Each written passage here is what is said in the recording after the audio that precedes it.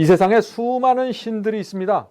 또 헤아릴 수 없을 정도로 많은 종교들이 있고 신들이 있습니다. 우리가 그 많은 신들과 종교 중에서 어떻게 가장 강하고 가장 높은 신을 찾을 수 있는가입니다. 어떻게 찾을 수 있을까요? 찾는 방법은 아주 단순하다고 말씀드렸죠. 가장 강한 신은 우주를 창조하신 신입니다. 그분을 찾으면 우리가 인생의 목적이 성취돼 버리는 것입니다. 아무것도 없었는데 가장 먼저 나타나서 별들과 태양을 만드시고 은하계를 만드신 창조주 하나님, 그분이 가장 강한 신입니다.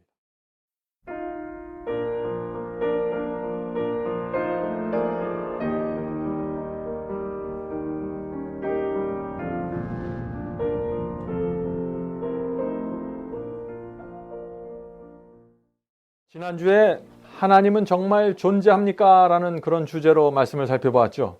오늘도 지난주에 이어서 우주에서 가장 강하신 하나님을 찾아가는 방법과 과정에 대해서 저희가 좀 살펴보려고 합니다. 하나님은 정말 존재하는가 하는 그 문제를 좀 찾아보는 것이죠. 이 세상에 수많은 신들이 있습니다. 또 헤아릴 수 없을 정도로 많은 종교들이 있고 신들이 있습니다. 근데 문제는 무엇이죠? 우리가 그 많은 신들과 종교 중에서 어떻게 가장 강하고 가장 높은 신을 찾을 수 있는가입니다. 어떻게 찾을 수 있을까요? 찾는 방법은 아주 단순하다고 말씀드렸죠. 가장 강한 신은 우주를 창조하신 신입니다. 그분을 찾으면 우리가 인생의 목적이 성취돼 버리는 것입니다. 아무것도 없었는데 가장 먼저 나타나서 별들과 태양을 만드시고 은하계를 만드신 창조주 하나님, 그분이 가장 강한 신입니다. 자, 다른 신들과 종교들은요, 지구가 창조된 이후에 전부 나타났습니다. 불교가 그렇고 유교가 그렇고 뉴 에이즈, 또 토속 신앙과 각종 미신들 모두 창조 이후에 나타난 존재들입니다. 그래서 그런 신들은요, 내가 이 우주를 창조했다라고 주장하지 않습니다. 참 신기해요. 오직 성경의 하나님만 그것을 주장합니다. 하늘과 땅을 창조했다고 주장하는 것이죠. 그래서 성경의 제일 첫 장에 뭐가 나와요? 하나님께서 태초에 천지를 창조하시니라 라고 나오는 것입니다. 창세기 1장 1절에 그렇게 말씀이 나오죠. 하나님께서 6일 동안 창조하시고 이 창조를 기념하기 위해서 제7일에 일곱째 날에 창조의 기념일을 세우신 것이에요. 그래서 사람들이 그 일곱째 날이 올 때마다 하나님의 창조를 기억하도록 그렇게 계획하신 것입니다. 이 세상의 다른 이론들과 진화론과 다른 여러 가지 잡신들이 들어오지 못하도록 시스템을 만든 것이에요. 그런데 그것이 나중에 십계명의 넷째 계명으로 그래서 세워진 것입니다. 그래서 우리가 창조 기념일은요, 일곱째 날에 정해진 거기 때문에 인류 전체에게 주어진 것이죠. 어떤 국가와 민족만을 위한 것이 아니다 하는 말씀을 제가 드리는 것입니다. 그리고 또 창조의 하이라이트가 뭡니까? 사자가 하이라이트입니까? 뭐예요? 사람입니다. 사람. 하늘과 땅과 이 모든 생물들이 사람을 위해서 존재하는 것이에요. 사람이 창조의 핵심이에요. 그런데 문제는 이 사람이 어떻게 돼요? 내 조상은 아담과 하와가 아니라고 주장하는 것이에요. 지금 내 조상은 아메바입니다. 내 조상은 원숭이입니다 라고 주장하는 것이에요. 여기에 문제가 있는 것이에요. 그래서 많은 사람들이 창조를 부인하고 지금 진화론을 따라가고 있다 하는 것이 우리가 지난 시간에 배운 내용입니다. 그러니까 하나님께서 얼마나 답답하실까요? 이런 면에 있어서 우리 한국인들이 많이 믿고 있는 이 불교의 윤회설은 진화론과 매우 유사하다는 것입니다. 왜요? 불교를 믿으면 내 조상이 누가 돼요? 동물이 될 수 있어요. 미물이 될 수 있습니다. 이 다음 생애에 내가 사람이 되는 거예요. 동물이 다음 생애에는 사람으로 태어날 수 있잖아요. 그래서 내 조상은 지렁이가 될 수 있고 원숭이가 될 수 있고 여러 가지 미물들이 될 수 있는 것이에요. 그래서 이 불교도들은 어떻게 하죠? 살생을 하지 않습니다. 살생. 생물을 죽이질 않아요. 미물이라고 할지라도. 왜요? 잘못 죽였다가는 잘못하면 내 친구나 죽은 가족을 죽일 수 있어요. 살생하면 안 되는 거예요. 그래서 자, 한 가지 좀 이해해야 될 것은 신들을 찾기 전에 정말 어떤 신이 가장 강한 신인가를 찾기 전에 먼저 우리가 좀 살펴봐야 될 것이 있는데 보이지 않는 영적인 세계가 있다는 것을 먼저 인정해야 됩니다. 신을 바로 찾는 것보다는 그것을 인정한 다음에 신으로 가는 게 좀 쉬워요. 그래서 제가 항상 이렇게 접근하는 것입니다. 지금 죽은 자들의 영들이 살아서 나타나고 있습니다. 전 세계에서 이런 일들이 일어나요. 많은 분들이 영계나 보이지 않는 것들, 죽은 자들의 영들 이런 얘기하면은 비합리적이고 참 과학적이지 않다고 해서 무시하는 분들이 많죠? 정말 그럴까요? 그렇지 않습니다. 우리가 눈에 보이고 만지는 것만이 다가 아니에요. 1988년 12월 5일자 US News and World Report에 나오는 놀라운 기사가 실렸습니다. 제가 그 기사를 읽어드리겠습니다.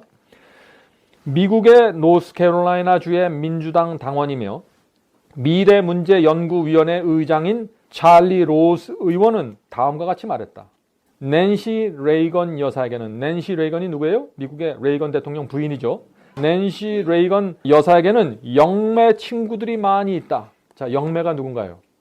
죽은 자의 영들과 접촉을 하는 중간 매개체가 되는 사람들을 말하는 것입니다. 영매들이 많이 있다.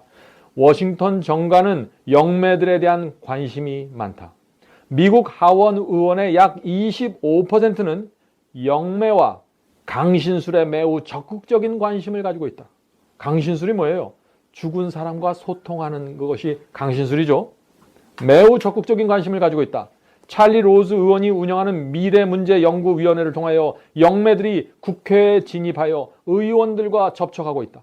소식통에 따르면 많은 국회의원들이 정기적으로 점성술사나 영매들을 만나서 상담하고 있다고 한다. 굉장한 얘기 아닙니까? 예? 이게 US News and World Report에 실렸던 기사예요. 지금 미국의 대통령들, 국회의원의 4분의 1이 죽은 자의 영들과 교통하면서 그들에게 자문을 구하고 있다는 것이에요. 한국의 많은 정치인들도 마찬가지입니다. 무당을 쫓아가고 신접한 사람들을 만나서 자문을 구하는 거예요. 그 사람들은 바보라서 그렇게 할까요? 그 사람들은 현대 과학을 몰라서 그렇게 하는 것일까요? 아니잖아요. 그 사람들은 아는 거예요. 영계가 있다는 사실을. 분명히 신이 존재하는 것이에요. 그것이 우리가 수학으로 입증되지 않고 물리로 입증되지 않는다고 해서도 그것이 실제로 살아서 움직이는 세계가 있는 것입니다. 자, 그런데 문제가 있어요. 신들이 그렇게 있는데 분명히 누가 최고의 신인가, 누가 우주를 창조한 신인가, 그것을 찾아야 된다는 것입니다. 근데 그것을 찾는 데서 가장 큰 걸림돌이 뭐예요? 우리가 지난 시간에 살펴봤던 진화론과 빅뱅이라는 이론이라는 것입니다. 이것 때문에 사람들이 자꾸 길을 잃어버리는 것이에요. 마치 그것이 가장 보편적이고 가장 타당한 진리처럼 오늘날 받아들이고 있는 것입니다. 다윈의 진화론은요, 지금부터 160년 전에 세워진 이론입니다. 창조를 부인합니다. 진화론은 신이 존재하지 않는다 하는 그 사상 위에 세워져 있어요. 그래서 진화론을 붙잡으면은요, 하나님과 멀어지고 끊어진 상태로 이 세상 살다가 그냥 무덤 속으로 들어가게 되는 것입니다. 그만큼 진화론이 무서운 거예요. 자, 그런데 이 진화론이 정말 실제로 일어날 수 있을까? 그것은 하나의 과설이고 이론인데 그것이 정말 실제로 일어날 수 있을까 하는 질문을 좀 우리가 생각해 보아야 합니다. 많은 사람들이 이런 질문을 합니다. 비록 진화론이 가설에서 출발한 이론이라고 할지라도 그것이 실제적으로 일어났을 가능성을 배제할 수는 없는 것이 아닙니까? 이런 질문입니다. 자, 이런 질문은 사실 굉장히 전문가적인 자격과 인포메이션이 필요한 거라서 이거 제가 대답하다가 나중에 좀 문제가 생겨요. 그래서 제가 오늘 전문가의 의견을 들고 나왔습니다. 미국의 과학 전문지인 Scientific American지는요, 다음과 같은 글을 발표했습니다. 제가 그 글을 읽어드리겠습니다.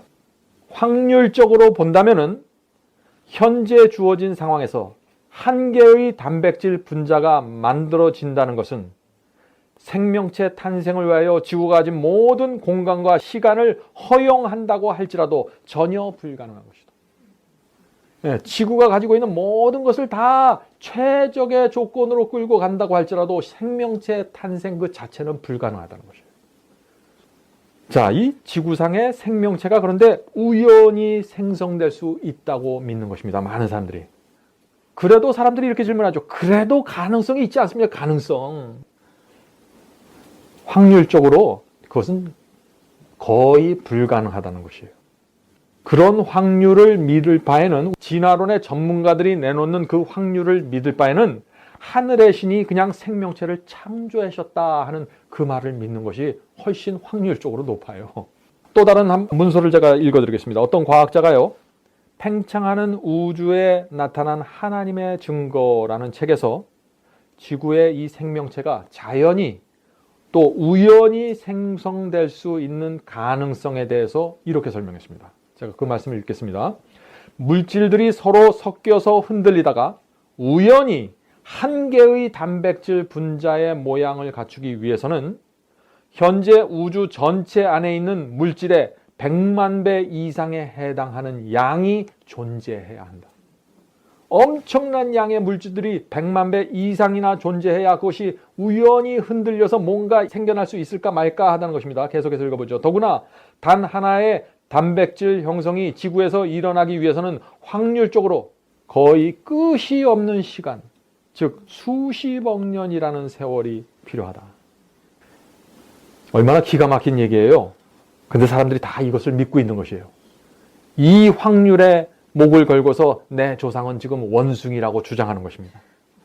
자, 그런데 놀라운 사실은요, 이 생물의 기원을 설명하면서 우연이라고 말하고 있어요. 우연히.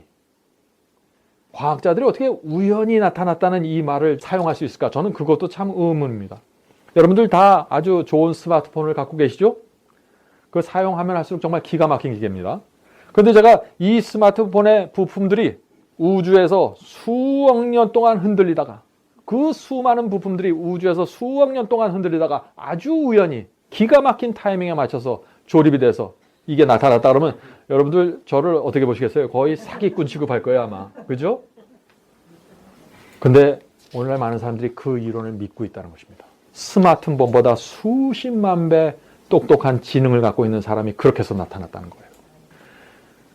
그래서요, 어떤 학자가 이 진화가 우연히 이루어질 수 있는 수학적인 확률을 계산해 보았습니다. 어떤 결과가 나왔을까요? 이 진화론자 중에 헉슬리 박사라는 분이 있는데, 이분이 진화가 실제로 일어날 수 있는 그 확률을 계산해서 이렇게 글을 발표했어요. 이 글은 Evolution in Action 페이지 46페이지에 있는 글입니다. 읽겠습니다. 그 확률은 소수점 이하로 0이 300만 개가 붙어야 되는 숫자이다. 이 숫자를 기록하기 위해서는 500페이지 두께의 책이 3권이나 필요할 정도이다. 아마 아무도 그렇게 실현 가능성이 없는 일에 승산을 걸지는 않을 것이다. 그러나 그것은 일어났다. 이게 진화론자들의 믿음이에요. 제가 그래서 진화론을 믿는 것보다 창조를 믿는데 훨씬 더 적은 믿음이 필요하다고 얘기하는 거예요. 이거는 엄청난 믿음이 필요해요. 이걸 받으려면. 예? 이걸 누가 감히 믿겠어요?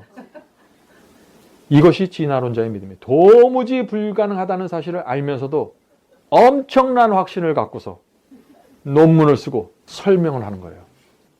자, 진화론에 가지고 있는 저 심각한 문제를 좀 살펴보겠습니다. 심각한 문제는 진화가 됐다고 하는데 중간 형태를 찾을 수 없는 거예요. 그게 참 큰 문제입니다. 이 진화론은 원숭이가 진화돼서 사람이 되었다고 주장하죠. 또 이 아메바 같은 단세포 생물이 진화돼서 원숭이가 되고 더 발전돼서 사람이 됐다고 합니다. 수십억 년 동안 이런 일이 이루어졌다고 하는 것이요. 자, 그런데 문제가 생기는 거예요. 정말 원숭이가 진화돼서 사람이 된 것이라면 지금도 원숭이가 사람으로 진화되는 과정들이 우리 눈앞에 이루어져야 되는 것입니다. 근데 본 적이 없잖아요.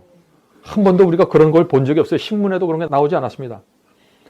왜 원숭이가 사람으로 진화되는 그 중간 단계를 우리가 찾을 수 없을까요? 이게 원숭이가 사람으로 진화되는 것뿐만이 아니에요. 진화론은 이 세상에 있는 모든 생물들이 다 진화에 의해서 변형됐다는 것이에요. 엄청난 중간 단계들이 우리 눈에 보여야 돼요. 안 보이잖아요, 그런데. 뭐예요, 문제는? 그냥 원숭이 중에 똑똑한 원숭이가 있고 덜 똑똑한 원숭이가 있는 거예요. 원숭이하고 사람은 전혀 별개라는 거예요, 이게. 원숭이와 인간은 처음부터 지금까지 결코 만날 수 없는 평행선을 그리고 왔다는 것입니다. 그래서 성경이 뭐라 그래요? 성경은 참 진리예요. 성경은 모든 생물들이 각각 그 종류대로 창조되었다는 것입니다. 중간 형태가 있을 수 없는 거예요. 모든 게 처음부터 종류대로 다 따로따로 나온 거예요. 창세기 1장 21절에 그 말씀이 있죠. 하나님이 큰 물고기와 물에서 번성하여 움직이는 모든 생물을 그 종류대로, 또 날개에 있는 모든 새를 그 종류대로 창조하시니. 자, 그러니까 진화론이 창조를 무너뜨리려면 어떻게 돼요? 하나님께서 각 종류대로 창조하셨다는 이 말씀을 무너뜨려야 돼요. 다시 말해서 한 동물이 다른 동물로 서서히 변해갔다, 진화되었다, 이것을 증명해야 돼요. 그러니까 이것을 증명하려면 어떻게 해야 돼요? 중간에 변화되는 그 과정의 형태의 생물을 찾아내야 되는 것이에요. 이것도 한두 개 찾아갖고 되는 게 아니에요. 온 생물이 진화해서 나왔다고 주장하는 거예요. 그 엄청난 중간 형태의 생물들을 찾아내야 돼요. 근데 그게 안 된다는 것입니다. 그런데 오히려 이 땅속을 파서 화석을 보면은요, 중간 형태는 없고 처음부터 계속해서 똑같은 종류의 화석들이 발견되는 것입니다. 종류 그대로. 진화론의 창시자가 누구예요? 다윈이잖아요. 다윈이 그가 살아있을 때 이미 이런 고백을 했습니다. 그 고백이 Life and Letters 볼륨 3 페이지 25페이지에 나오는 것입니다. 제가 읽겠습니다. 지구에는 200만 내지 300만 종의 생물이 존재한다. 그것들은 우리가 관찰하기에 충분한 대상이라고 볼 수 있다. 그러나 잘 훈련된 관찰자들의 노력에도 불구하고 단 하나의 생물의 종류도 다른 종류로 진화되었다는 기록을 찾을 수 없었다. 증거를 찾을 수 없었다는 것이에요. 하나의 이론과 가설만 세우는 거예요, 지금. 이렇게 될 수도 있다라고 주장하는 것입니다. 자, 이것이 진화론을 창시한 사람의 고백이에요. 그러므로 진화론은 불변의 진리가 아닙니다. 진화론은 그렇게 생각할 수도 있습니다 라고 주장하는 것이에요. 자, 우리가 또 다른 문제를 하나 좀 살펴보도록 하겠습니다. 진화론자들을 크게 당황하게 만드는 것이 있는데 그것은 지층입니다. 지층인데 가장 문제가 되는 지층이 캄브리안 지층이에요. 캄브리안 지층이라는 것은 뭐냐면은 화석들이 발견되는 맨 아래의 지층을 캄브리안 지층이라고 말하는 것이에요. 자, 그런데 이게 왜 문제가 되냐면요. 캄브리안 지층 밑에 땅 속에는 생물의 화석들이 나타나지 않다가 캄브리안 지층에 처음 생물의 화석들이 나타나는데 거기 어떻게 해요? 어떤 화석들이 나타나요? 오늘날 존재하는 생물들의 화석이 거의 그대로 다 들어가 있는 거예요, 저기에. 무슨 얘기예요? 진화론이 사실이라면은 저 캄브리안 지층의 아메바부터 시작해서 중간 형태들이 다 박혀 있어야 되잖아요. 지층마다 계속해서 변화되는 중간 형태들이. 무슨 얘기냐면요. 진화가 아니라 생물들은 종류 그대로 창조되었다는 것입니다. 거기서부터 그대로 지금까지 이어져 왔다는 것이에요. 다윈도 그 사실을 인정했습니다. 그에 져서 종의 기원이라고 했죠? 309페이지에 이렇게 고백했습니다. 자, 그 기록을 읽겠습니다. 캄브리안 지층 이전의 지층에도, 캄브리안 지층 그 밑에 있는 지층에도 진화를 증거하는 화석이 존재할 것이라고 예상했었는데 왜 우리는 그곳에서 진화의 증거를 발견할 수 없는가라는 질문에 대해서 나는 만족할 만한 답변을 줄 수가 없다. 현재로는 그 문제를 불가사의한 것으로 남겨둘 수밖에 없다. 바로 이 점은 진화론의 견해에 반대할 수 있는 정당한 논점이라고 말할 수 있을 것이다. 다윈도 특별한 답이 없다고 얘기했습니다. 그렇지만 자신의 그 이론을, 가설을 바꾸지 않았습니다. 그대로 끝까지 주장했습니다. 이 오늘날 사실 많은 진화론자들이요, 이 캄브리안 지층 화석에 대해서 아주 비슷한 실망과 좌절을 표현하고 있습니다. 제가 그 기록들을 좀 읽어드릴게요. 미국 국립박물관의 어스틴 클락 박사 얘기입니다. 이렇게 얘기합니다. 이상한 이야기일지 모르지만 캄브리안 지층에 묻혀있는 연체 동물은 오늘날 존재하는 그대로의 틀림없는 연체 동물이다. 오늘날 존재하는 연체 동물과 그 캄브리안 지층, 가장 바닥에 있는 그 화석의 지층과 차이가 없다는 것이에요. 그때나 지금이나 같다는 것입니다. 이게 진화론을 아주 송두리째 흔들어버리는 증거라는 것입니다. 자, 콜롬비아 대학의 마샬 K 박사와 에드윈 코볼트 박사도 똑같은 얘기를 했습니다.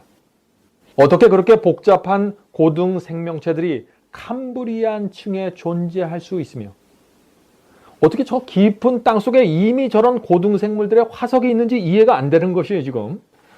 캄브리안층에 존재할 수 있으며 그 이전 20억 년 동안 형성된 지층 속에는 아무런 증거도 없단 말인가? 캄브리안 지층 밑에는요, 아무런 증거가 없어요. 화석이 없어요. 거긴 전혀. 만약 생명체의 진화가 사실이라면 캄브리안 층보다 더 오래된 지층 속에 꼭 있어야 할 화석들이 있어야만 하는데 없다는 것이 수수께끼이다. 참 딜레마에 빠진 것입니다. 성경의 창조를 부인하니까 생물의 화석들이 저 지금 캄브리안 층에서 쏟아져 나오는 것이 이해가 안 되는 것이에요. 이해가. 이렇게 분명한 증거들이 있는데도 불구하고 문제가 뭐예요? 사람들은 여전히 창조를 부인한다는 것입니다. 자, 사람들이 창조를 부인하는 이유가 무엇일까요? 첫 번째 이유는 이것은 제 경험이지만은 내 자신의 이기적인 삶을 포기하고 싶지 않는 것입니다. 진화론을 떠나서 창조로 가버리면 어떻게 돼요? 바로 하나님을 인정하게 돼요. 창조주 하나님과 만나게 돼요. 그게 싫은 거예요. 그래서 자꾸 피하고 싶은 것입니다. 하나님을 믿으면 다르게 살아야 되잖아요. 그게 싫은 것입니다.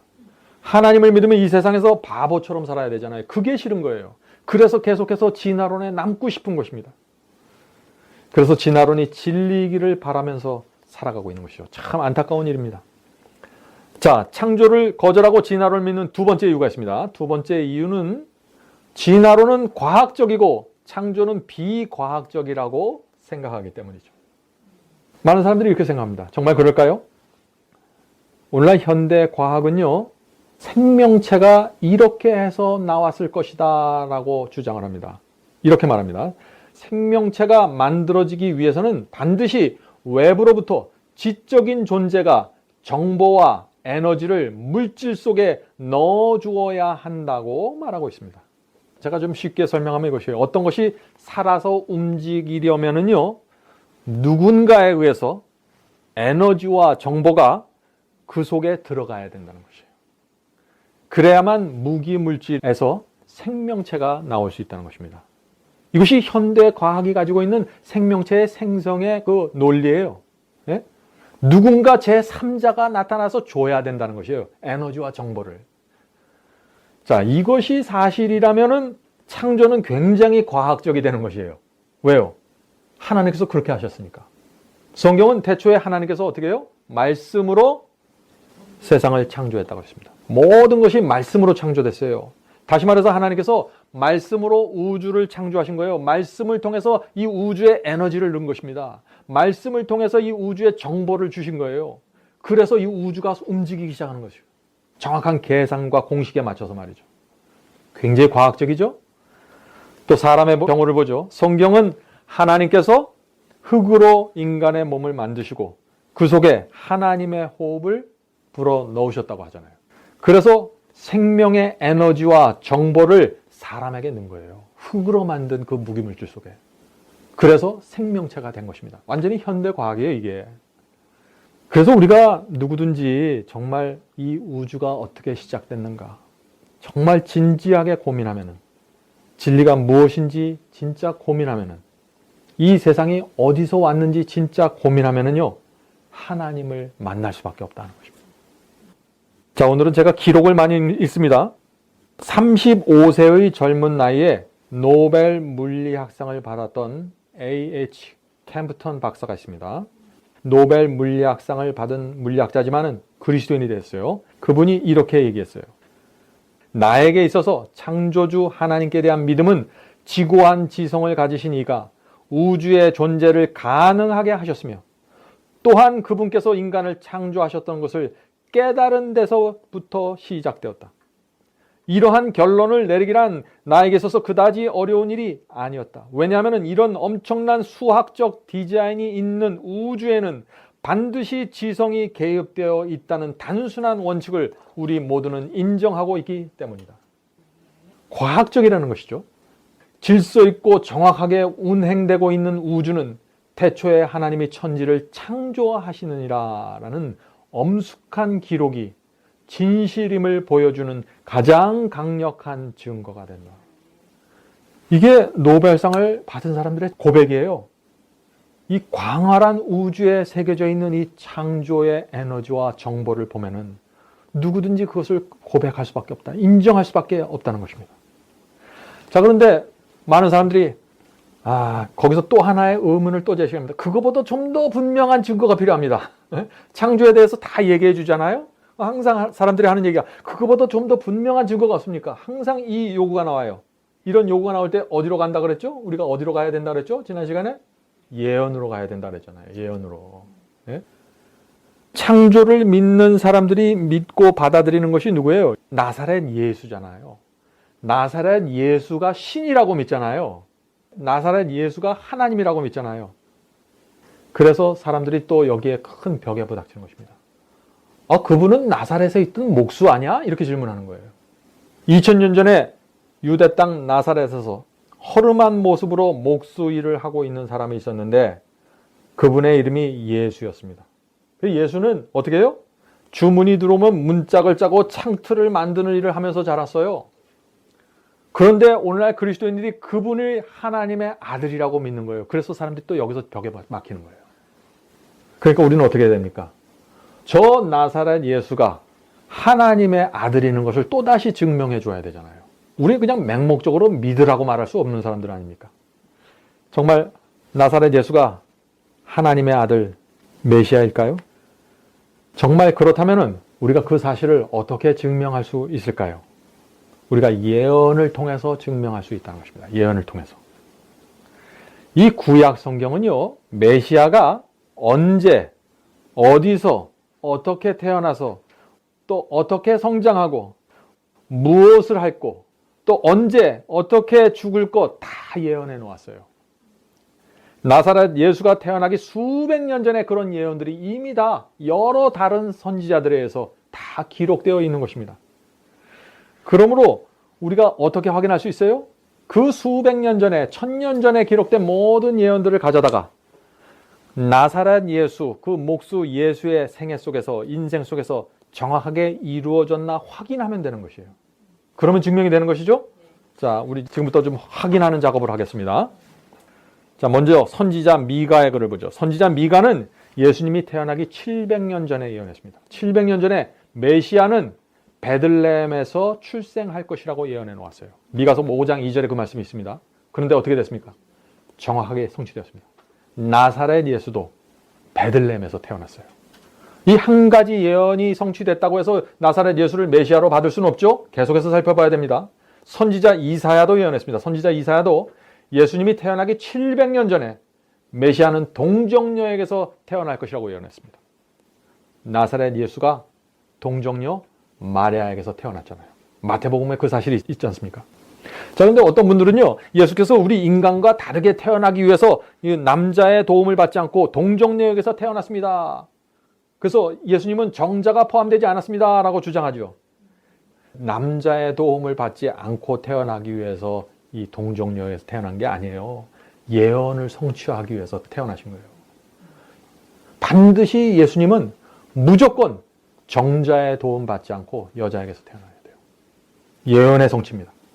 또 선지자 예레미야는 예수님이 태어나기 600년 전에 어떤 예언을 했습니까? 메시아는 다윗의 혈통에서 태어날 것이라고 예언해 나왔어요. 근데 나사렛 예수의 혈통이 무엇입니까? 다윗의 후손이에요. 성취되었죠? 또 선지자 예레미야는요, 또 이상한 예언을 했습니다. 예레미야는 이 메시아가 태어날 때 슬퍼하며 통곡하는 소리가 들릴 것이라고 예언했어요. 자, 이 예언은 어떻게 이루어졌습니까? 나사렛 예수가 태어날 때 그 통곡 소리가 들렸습니까? 엄청난 소리가 들렸죠. 헤로드 왕의 명령으로 베들레헴에 있는 2살 이하의 그 아기들이 어떻게 돼요? 다 몰살당했잖아요. 그래서 베들레헴 전체가 슬퍼하며 통곡하는 소리로 진동했습니다. 정확하게 예언이 이루어졌어요. 놀라운 예언 성취 아닙니까? 자, 시편 기자도 예언했습니다. 언제 예언했어요? 예수님이 태어나기 1000년 전에. 이 길이가 보통이 아니에요. 적어도 수백 년에서 1000년까지 올라갑니다. 예수님이 태어나기 전에 1000년 전에 메시아가 친구의 배반으로 죽을 것이라고 예언해 놓았어요. 이 예언도 성취되었습니까? 성취되었습니다. 어떻게 해요? 나사렛 예수가 그 제자라고 불리는 가롯 유다에게 배반해서 죽임을 당하게 된 것이죠. 정확하게 성취되었습니다. 자, 선지자 스가랴는 또 기가 막힌 예언을 했습니다. 예수님이 태어나기 500년 전이에요. 메시아는 은 30냥에 팔릴 것이라고 예언해 놓았어요. 예? 이 예언도 성취되었습니까? 이 나사렛 예수가 은 30냥에 팔려서 죽임을 당했습니다. 스가랴 선지자는요, 메시아가 십자가에 못 박혀서 돌아가실 것이라고 예언했어요. 이거는 지금 우리 입장에서 보면은 당연한 것처럼 느낄지 모르지만 유대인들에게서는 이건 엄청난 얘기예요. 메시아는 자기들을 구원해 줄 신이에요. 근데 신이 지금 십자가에 못 박혀서 돌아갈 거라고 예언하는 거예요. 나사렛 예수가 그 예언을 성취시켰잖아요. 십자가에 못 박혀서 돌아가심으로. 정확하게 성취된 것입니다. 아무도 예상하지 못하고 상상할 수도 없는 예언들이 지금 성취되어 가는 거예요. 나사렛 예수를 통해서. 자, 시편 기자는 1000년 전에 또 희한한 예언을 했어요. 이 사람들이 메시아의 옷을 제비 뽑아서 나눠질 것이라고 예언을 했어요. 이거는 그 당시 사람들이 저게 무슨 뜻인가 했을 거예요. 그런데 이 예언도 성취되었습니까? 성취되었어요. 그 말씀이 시편 22편 8절에 나옵니다. 내 겉옷을 나누며 속옷을 제비 뽑나이다. 얼마나 구체적인 예언입니까? 이 예언 그대로 로마 군인들이 예수님의 옷을 벗기고 나눠 가졌어요. 제비 뽑아서. 예언이 성취되었습니다. 시편 기자는요, 메시아는 죽을 때 뼈 하나도 상하지 않을 것이라고 예언했어요. 이 예언도 성취되었습니까? 그렇습니다. 나사렛 예수가 죽을 때 단 하나의 뼈도 손상되지 않았습니다. 또 이사야 선지자 기가 막힌 예언을 했어요. 예수님이 태어나기 700년 전에 한 예언입니다. 메시아는 죽어서 부자의 무덤에 묻힐 것이라고 예언했어요. 이 예언도 성취되었습니까? 그렇습니다. 나사렛 예수가 죽어서 누구 무덤에 들어갔나요? 부자 아리마대 요셉의 무덤 속으로 들어갔습니다. 정확하게 성취되었습니다. 선지자 다니엘은요, 아주 정확한 예언을 했습니다. 예수님이 태어나기 600년 전에 메시아의 사망 연도와 사망 날짜와 시간까지 예언해 놓았어요. 나사렛 예수에게 이 예언이 이루어졌습니까? 정확하게 이루어졌어요. 정확한 때에 맞춰서 돌아가셨습니다. 자, 이렇게 이루어졌고 이 정도가 되면은 우리가 예수 그리스도 앞에 나가서 굴복해야죠. 우리가 맹목적으로 믿는 사람들이 아니라는 사실을 제가 말씀드리는 것이에요. 자, 그런데 이미 시작됐으니까 이제 마지막까지 한번 가보죠. 부활까지 가봐야 되잖아요. 호세아 선지자는 예수님이 태어나기 700년 전에 메시아가 3일 만에 죽었다가 부활할 것이라고 예언했습니다. 우리가 아는 대로 이 예언도 정확하게 나사렛 목수 예수에게 정확하게 이루어졌습니다. 그래서 나사렛 목수 그 예수가 하나님의 아들 메시아라는 사실을 우리가 믿음으로 받아들이는 것입니다. 얼마나 정확해요? 이제 여러분도 나사렛에서 자란 그 볼품 없던 그 예수를 메시아로 섬기기로 결정해야 되는 것입니다. 네? 상식을 가진 지성인이라면은 이 정도 예언이 증거가 되고 성취가 되는 것을 확인하면은요, 하나님의 아들을 믿어야죠. 우리가 무조건 믿어야 된다고 주장하는 사람들이 아닙니다. 믿는 것이 너무나 합리적이고 상식적으로 맞기 때문에 믿는 것이죠. 기독교 종교는요, 맹목적인 종교가 아닙니다. 이 종교를 누가 만드셨어요? 우주를 창조하신 하나님이 만든 거예요. 하나님이 만든 종교가 미신적이 될 수도 없고 맹목적이 될 수도 없는 거예요. 맹목적이고 미신적인 종교는 차원이 다른 신들이에요, 그거는. 자, 그래서 우리는요, 떳떳하게 당당하게 나사렛 예수가 하나님이라는 진리를 이 세상 앞에 선포할 수 있다 하는 것입니다. 자, 이렇게 해서 예수께서는 1000년 전에 기록된 모든 예언들을 성취시키면서 이 땅에 오셨습니다. 그리고 그 예언대로 살으셨어요. 그리고 그 예언에 맞춰서 돌아가셨습니다. 그리고 그 예언에 맞춰서 부활하셨습니다. 이 세상에 있는 그 수많은 신들 중에 이렇게 정확하게 예언을 성취시키면서 자신을 증명하는 신들이 있습니까? 있으면 좀 나와보라고 하세요. 제가 한번 보고 싶어요. 없어요.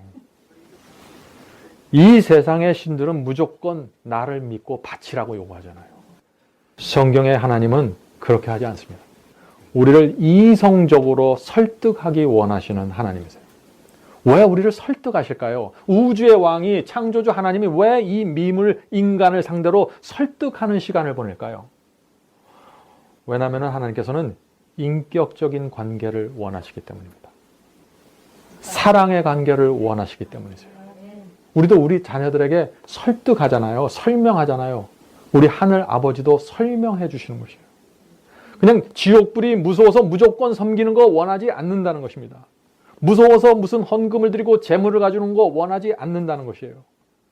하나님께서는 우리에게 믿음을 요구하기 전에 설명해 주십니다. 창조를 통해서 설명해 주시고 예언을 통해서 설명해 주십니다. 이 두 가지를 갖고 하나님을 만나게 되는 거예요, 결국에는. 자, 그런데 또 하나의 질문이 있습니다. 구약 성경의 예언이 예수라는 이름을 가진 어떤 사람에게 우연하게 이루어질 수도 있지 않습니까? 그런 질문이에요. 맞아요. 그 나사렛 예수에게 그런 예언이 이루어졌어요. 그런데 다 우연히 이루어질 수 있지 않냐? 이런 질문이죠. 질문은 뭐든지 할 수 있죠. 그렇죠? 자, 이제 그러면 문제를 제시하고 가능성을 물어봤으니까 어떻게 해야 돼요? 이제 우리는 계산해 봐야죠. 그 확률이 몇 %인지. 참 신기한 게요. 누가 이미 계산해 봤더라고요, 이거를. 미국 캘리포니아 주에 있는 파세데나 대학의 수학과 또 천문학과 학장이 피터 스토너 박사인데, 이분이 나사렛 예수가 메시아일 가능성을 수학으로 계산해 보았어요. 참 재밌죠? 그 교수님이 여러 해 동안 자기 밑에서 배우는 그 600명 이상의 학생들을 도움을 받아서 논문을 썼는데, 그 논문 제목이 뭐냐면은 메시아에 대한 예언이 정확하게 이루어질 수 있는 가능성에 대한 수학적 확률이에요. 저도 궁금해서 이 글을 좀 읽어봤습니다. 이 구약 성경에요, 그리스도의 초림, 메시아에 대한 예언이 300개 이상이 나옵니다. 근데 이 피터 스토너 박사는 그 300개 예언 다 살펴보긴 너무 어려우니까 그 중에 8개만 골랐어요. 그 8개만 골라서 이 예언이 한 사람에게 모두 성취될 수 있는 가능성을 수학으로 확률로 계산해 본 것입니다. 자, 어떤 결과가 나왔을까요? 자, 이 계산 결과가 나오는데 이것도 소수점 이하입니다. 소수점 이하로 0이 33자리까지 가야 돼요. 예? 0. 몇몇 해가지고 33자리까지 가야 돼요. 자, 이 정도 확률이면은 제로라고 말해도 거짓말은 아닙니다. 그런데 우리가 기억해야 될 것이 있어요. 구약 성경에 기록된 그 300개 이상의 많은 예언 중에서 8개만 골라온 거예요. 그것이 지금 소수점 이하로 33자리까지 간 거예요. 그런데 만약에 300개 예언 모두 한 사람에게 이루어질 수 있는 확률을 계산한다면 어떻게 될까요? 이건 뭐 말할 수 없는, 그거는 참 계산할 수 없는 확률이 나오는 거예요. 자, 이제 여러분들이 대답해 보셔야 됩니다. 정말 2000년 전에 살았던 그 나사렛 예수는 메시아가 틀림없습니까? 네. 300개 예언이 이루어졌어요. 그런 예언이 이루어지지 않으면은 이 세상의 박사들과 물리학자들과 뉴턴 같은 그런 석학들이 왜 예수를 믿겠어요? 그 사람들은 모두 창조와 예언을 들여다본 사람들이에요. 그래서 마음속에 확신과 믿음을 갖게 된 것입니다. 하나님께서는 이렇게 자신을 증명하시는 거예요. 그래서 저 하늘의 수많은 별들과 수억 개의 은하계를 좀 봐라. 이래도 너희가 나를 믿지 않을래? 이렇게 물으시는 거예요, 지금. 1000년 전에 구약 성경에 기록된 메시아의 출생 신고서와 호적 등본과 사망 신고서가 이미 구약 성경에 다 1000년 전에 기록되어 있는데, 나사렛 예수가 그것 그대로 태어나고 그대로 살았고 그대로 죽었지 않냐? 그래도 믿지 않을래? 이렇게 질문하는 거예요, 지금 성경이. 어떻게 해야 됩니까? 우리가 주님께 나가서 굴복하고 믿겠습니다, 주여. 온 마음을 다해서 주님을 받아들이겠습니다. 이렇게 대답을 해야죠. 그게 논리적이고 합리적인 거 아닙니까? 그래서 누구든지 양심을 열고서 주님을 찾으면 하나님을 만나게 되는 것입니다. 우리가 의도적으로 거절하고 의도적으로 고집 피우지만 않는다면 하나님을 누구든지 만날 수 있는 것이에요.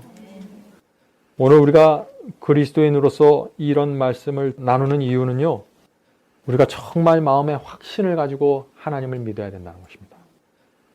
자, 한 가지 우리가 더 살펴보겠습니다. 우상을 섬기다가 하나님을 만난 사람이 있습니다. 이분의 간증은 참 아주 실제적이고 구체적이고 또 재밌어요. 제가 읽겠습니다. 저는 오랜 방황 끝에 하나님을 만나게 되었습니다.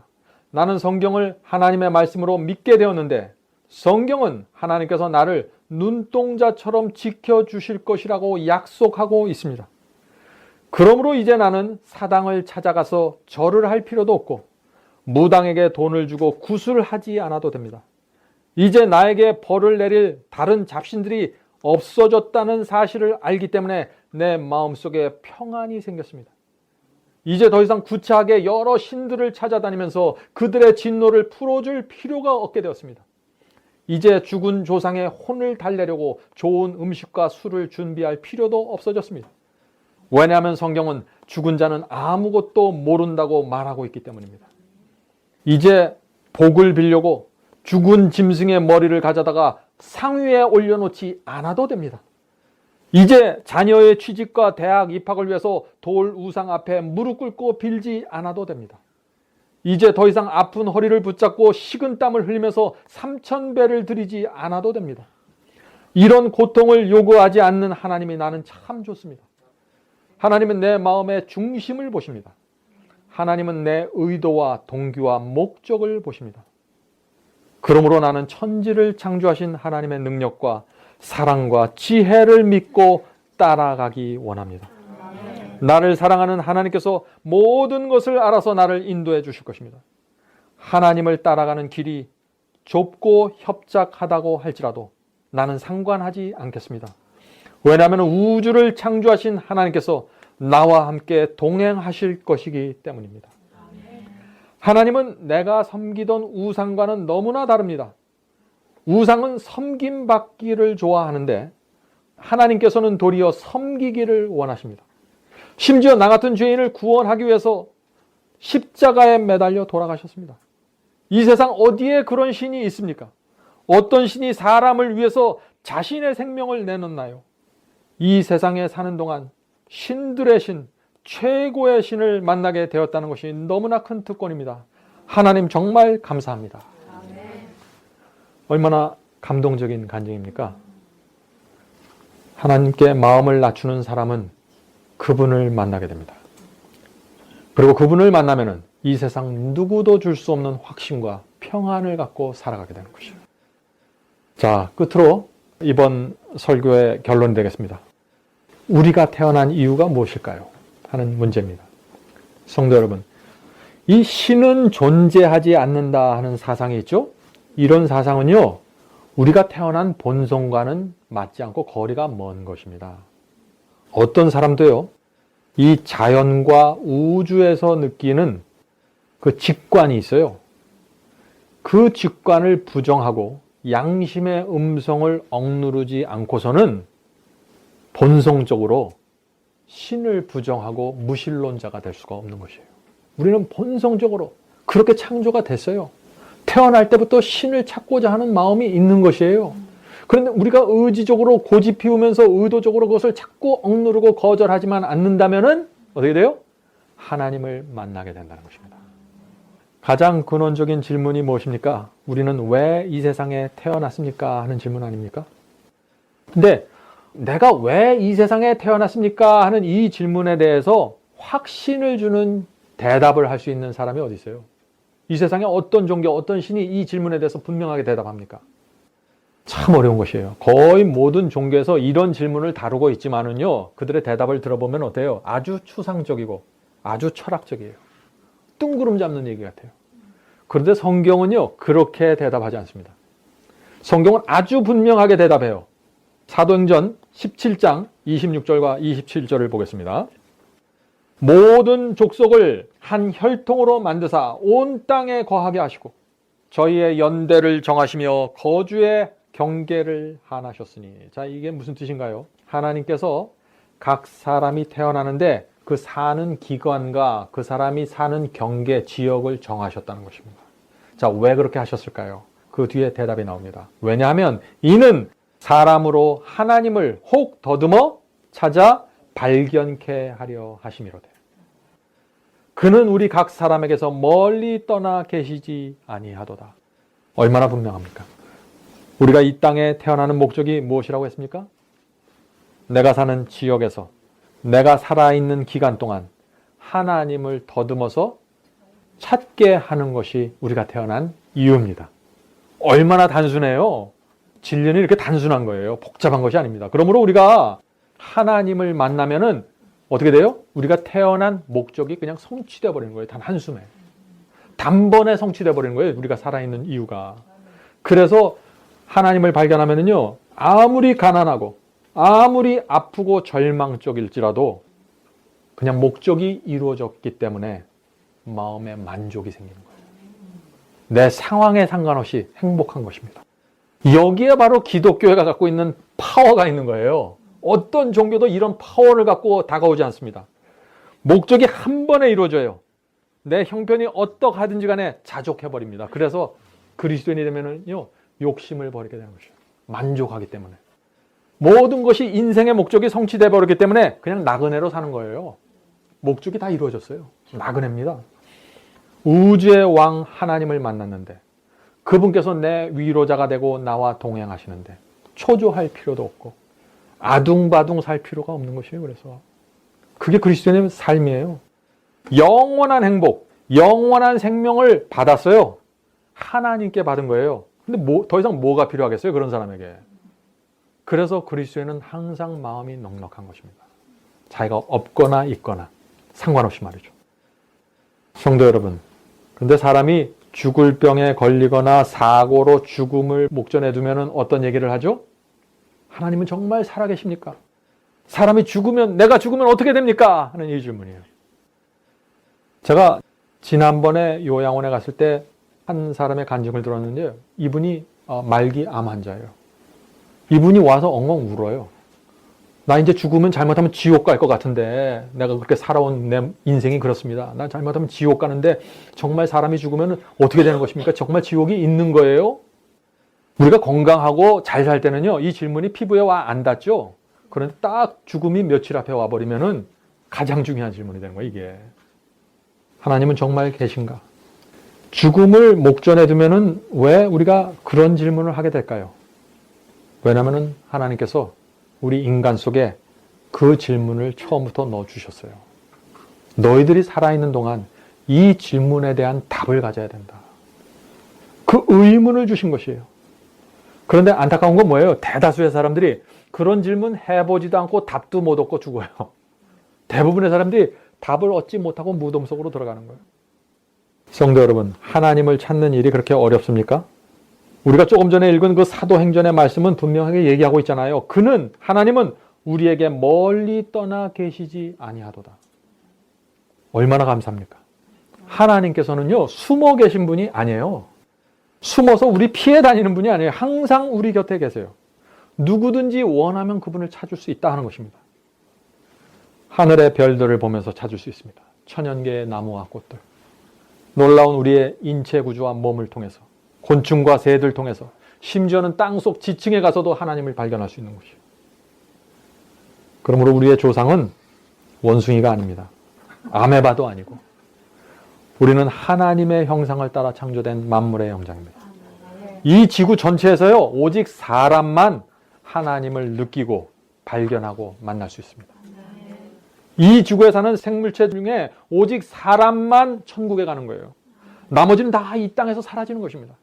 딱 하나님께서 한 존재만 구원받아서 하늘로 가게 해놓으셨어요. 그런데 이 존재들이 지금 다 딴 데 쳐다보고 있는 거예요.